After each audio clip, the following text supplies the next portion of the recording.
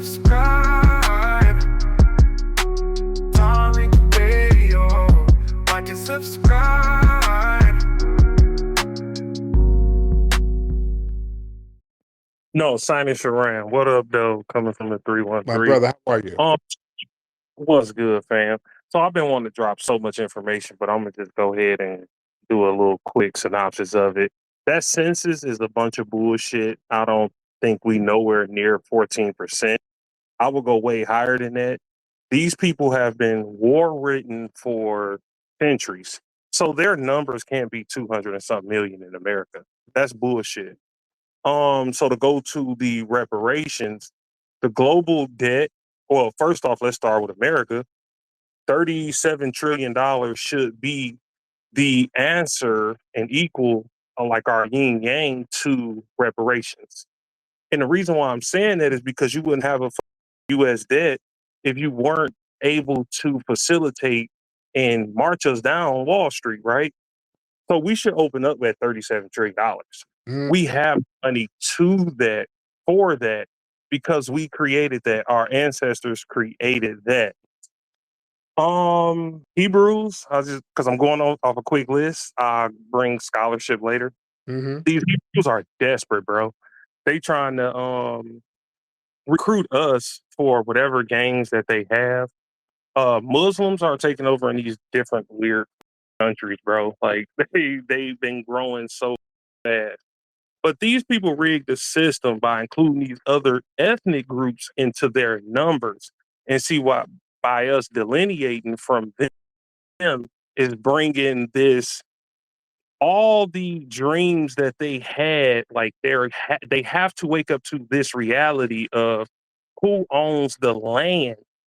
So 14%, we should be equating that to like 7 to 10 states right now. Like we need that land back. We cultivated the earth. Like we you wouldn't have any of this shit if it wasn't for us. Yeah, we can go back to this African different thing of, but we delineated from all that. We had our ethnogenesis, but these numbers are serious as hell. I'm a truck driver. We are everywhere. Black people, not no Africans and all these Haitians and different islanders. Black people are everywhere. You can't go anywhere without niggas. Black people, us, foundational Black Americans. We are the American Indians. Yeah, so these companies that we look at, they're all are complacent. These countries that we send our money to, they are complacent in the act of receiving stolen funds. So they know once we get reparations, all of that money, that stolen money from this labor, will have to be returned back to us. Right. So I'm gonna shorten it up and just look at some of the stuff I wrote down. All right, thank you, but let me get some more calls in here. You got a whole list of something that's all over the place, but thank you. Let's get Trust in here. Hey, what's going on, Tariq? What's up, Trust? How are you? I'm good. I can't complain. So listen, we talk about the foundation of Black America. What makes us any different from anybody else? Tariq, you believe in God, man? You believe in Jesus? I believe in God, yeah. Okay. So Christ wasn't a separatist, right? He spread the gospel no matter where he went to invite people to the kingdom of heaven. So why are we sitting here acting like we're something special for a country that don't even love us? Not saying that we don't have equity here, which we do. However, hold on, Trust. Now you on the East Coast, right? I'm on the East Coast and I'm an African American, Black American. Been here 200 years, but yes. Yeah, I think you're Caribbean. I'm not. Why do they have Caribbean Day Parade in New York? Because our country is mixed, is like a mixed salad. It's supposed to be like a mixed salad, but they call it melting pot. Canada's more like a mixed salad. But go ahead. I mean, you got people that live in New York. America's not the Caribbean. Why do they have Caribbean Day? We're not the Caribbean. The same reason why they have they celebrate Irish. You know what I'm saying? So they have the same thing. Yeah, in New why York. do they have the Irish Day Parade, the St. Patrick's Day Parade? Because America is not just made up of one type of people from a certain area. They're made up, right? Okay. Same thing, Puerto Rican Day Parade in New York. Same thing. So we can acknowledge all of those different ethnic groups. Why is it divisive when we acknowledge foundational Black Americans? And we Because unfortunately, listen, I'm not. Well, we have Juneteenth, right? Listen. And speaking of Juneteenth, when we have Juneteenth, got a Mm-hmm. whole bunch of jollof and jerk chicken out there. They try to Caribbeanize and Africanize that. So we just can't recognize our lineage and our celebrations without people trying to Pan-Africanize it all the damn time. Well, listen, no one's saying that you can't. Why don't you? You did in here. You did out here in DC, You just right? called and said that it's divisive. Why are we being divisive? And we're just acknowledging our lineage. Because what you're doing is put like this: you're a separatist, basically, right? Against your own people, against people that look like you. You're not a separatist against against. Are the people celebrating the St. Patrick's Day, not the same, but the Jamaican Day parade and the Haitian Day, are they separatists or are they just celebrating their lineage?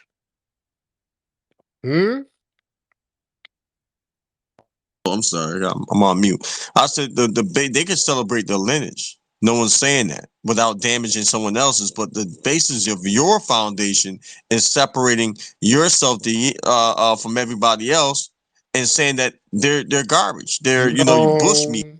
No. See, now you're doing the lying tether thing. That's not cool. We ain't saying that. We're acknowledging our lineage. Now, when people like y'all call up and then try to denigrate the lineage, you get roasted. That's a part of the lineage. We roast people. That's the great part of foundational Black American culture, roasting people.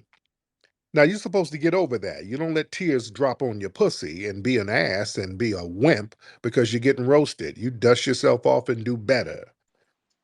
I'll say the same thing for you when you get dragged online, right? So, I mean, sometimes it's a back and forth. So, I mean, but all I'm saying is this, man, the whole basis of your foundation is to separate. I mean, you don't separate necessarily for white folks, but you separate from people. Matter of fact, you share the same ideology as them, right? You have Africans and you look at them and you say the same thing as the old white man would say. And so one day. That's a projection. Y'all tethers literally get around white people. We just had your fellow tether call up and nothing was legit unless somebody white co-signs it. That's crazy. Y'all literally have the mindset of a colonized person. You got a little white supremacist sitting on your shoulder, guiding your thoughts and your views. Y'all don't legitimize anything until white daddies say that it's legit, sir. That's a major projection. And also, for years, y'all been sitting up here othering us. Y'all delineate from us and you want to do it on your own terms. The minute you get a win under your belt, you make sure to let everybody know you're Nigerian, you're Jamaican, you're Haitian. The minute you get a win, y'all been doing that shit for years. All of that Black solidarity stuff goes right out the window when you get a win. And that's fine. If we're going to do that, let's keep that same energy across the board. That's all I'm saying. Come on, man. Hey, listen, man. At the end of the day, you know good well y'all black devils, man. Y'all better stop that. Listen, I'm all for black people, but to sit here and denigrate your own people that look just like you, just because they're from a different country, speak a different language. Y'all were the ones calling us Akatas. Bro, no. Y'all sat up here and called us No, I'm against that too. But y'all done sent us Myron Gaines. Y'all got all types of people who do. Man, that's your boy, Myron. What are you talking about? That ain't my boy. This dude denigrates me and foundational Black Americans every chance he gets. And other people like him. He's not the only one. You go out of your way to denigrate us. And you've been doing it for years. We're saying enough is enough. Right? Y'all not going to sit here and act like y'all weren't doing all this shit. You're not going to do that. Y'all want to play this game and escape the name. Y'all been Myron Gaines. He's what? Hold on. How back on Halo? Halo, hop back on. I mean, you might be double muted. Myron Gaines may look like us, but he's an Arab. He's not even black. Me and you agree upon that, or what? But this dude, he has said out of his own mouth, he said he's more African American than us. That's what he does for his platform. He's not. He's not even us. Period. So I mean, he's not even African. Well, black. Yeah, he's from the Sudan, so technically he is. That's Yeah. why we don't use that term. That's why we're very specific about terms that represent and reflect our lineage, sir. And there's with that. I don't want to be clicked in with no Myron Gaines at all.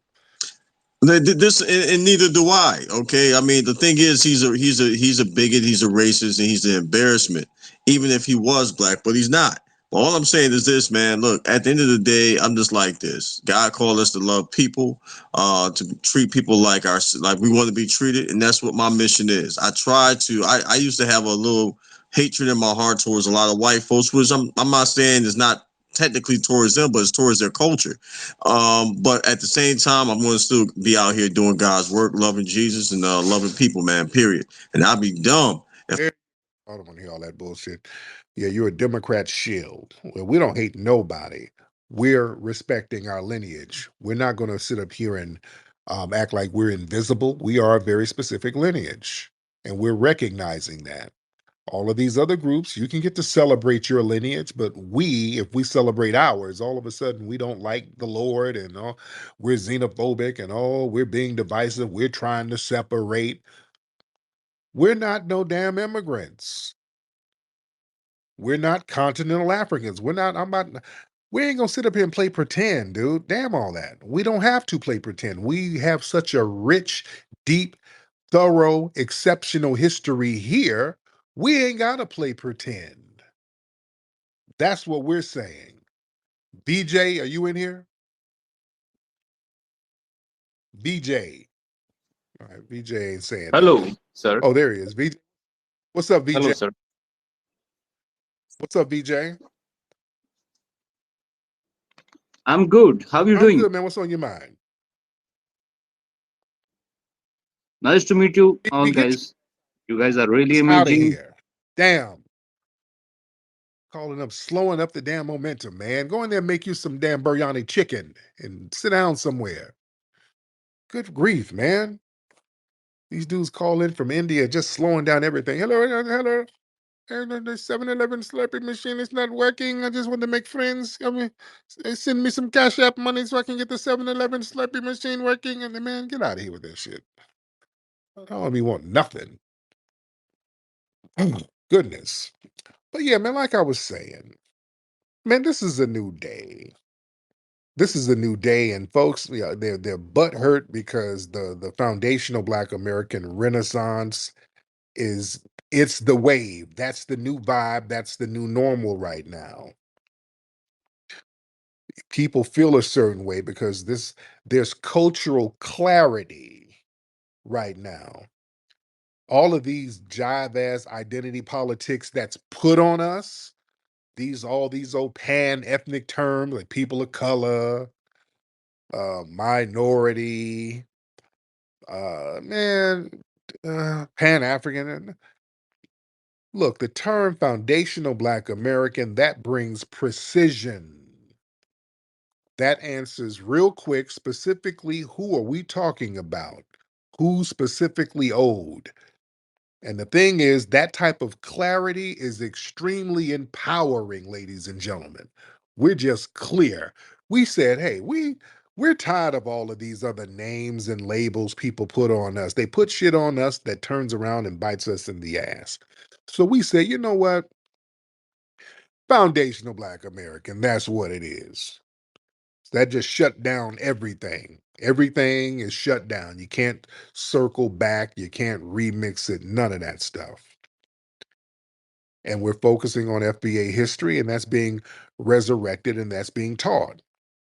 So now we got grassroots podcasts, books, documentaries, museum exhibits, the Hidden History Museum, all that stuff. And we're resurrecting that buried Black American history. Yeah. We got way too much great history right here that we need to be uncovering and uplifting. And listen, let's be real. The reason why the foundation of Black American Renaissance is happening right now so heavily because there's a failure of this whole symbolic ass diversity. You know, we understand. Look, all of these immigrants and non-FBAs, a lot of these people, they benefit the most from these superficial ass gestures, and then all the DEI and all that stuff. And then Foundation of Black Americans, we are the ones who are economically excluded with all of these vague ass labels. So the Foundation of Black American Awareness calls this stuff out, and it demands results over representation. Yeah.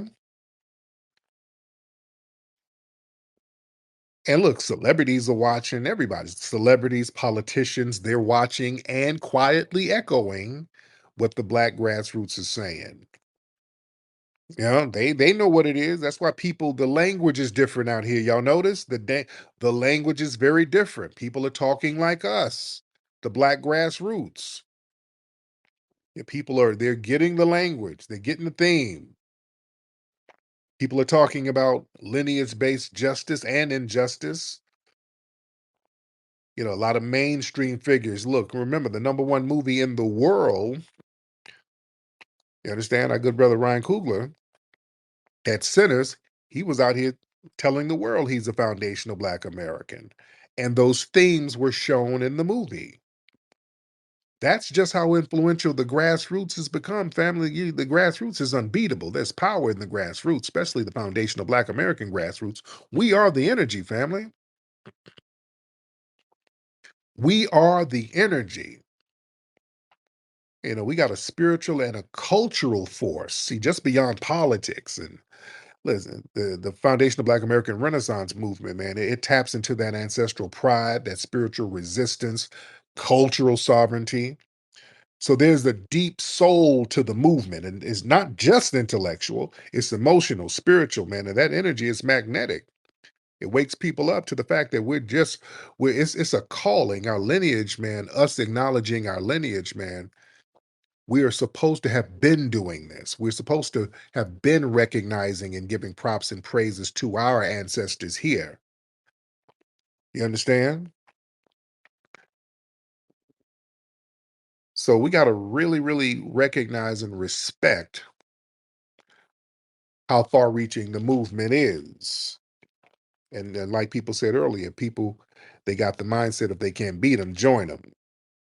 I can dig it. I'm on my way. Where you going, Rootwork Jones? There's some musty suckers on the streets. I got to go handle that. I got to split, baby. Can you dig it? When you need to clean the stank off the streets, you don't call your mama.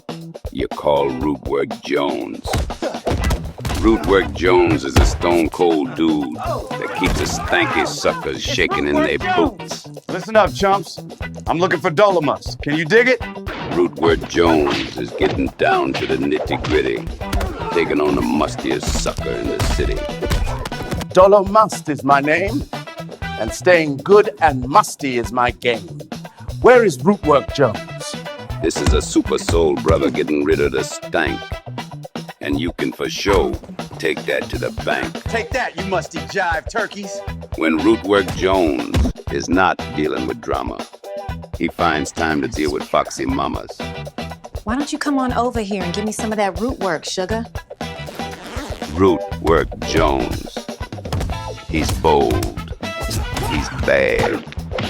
And he's keeping the suckers musty mad.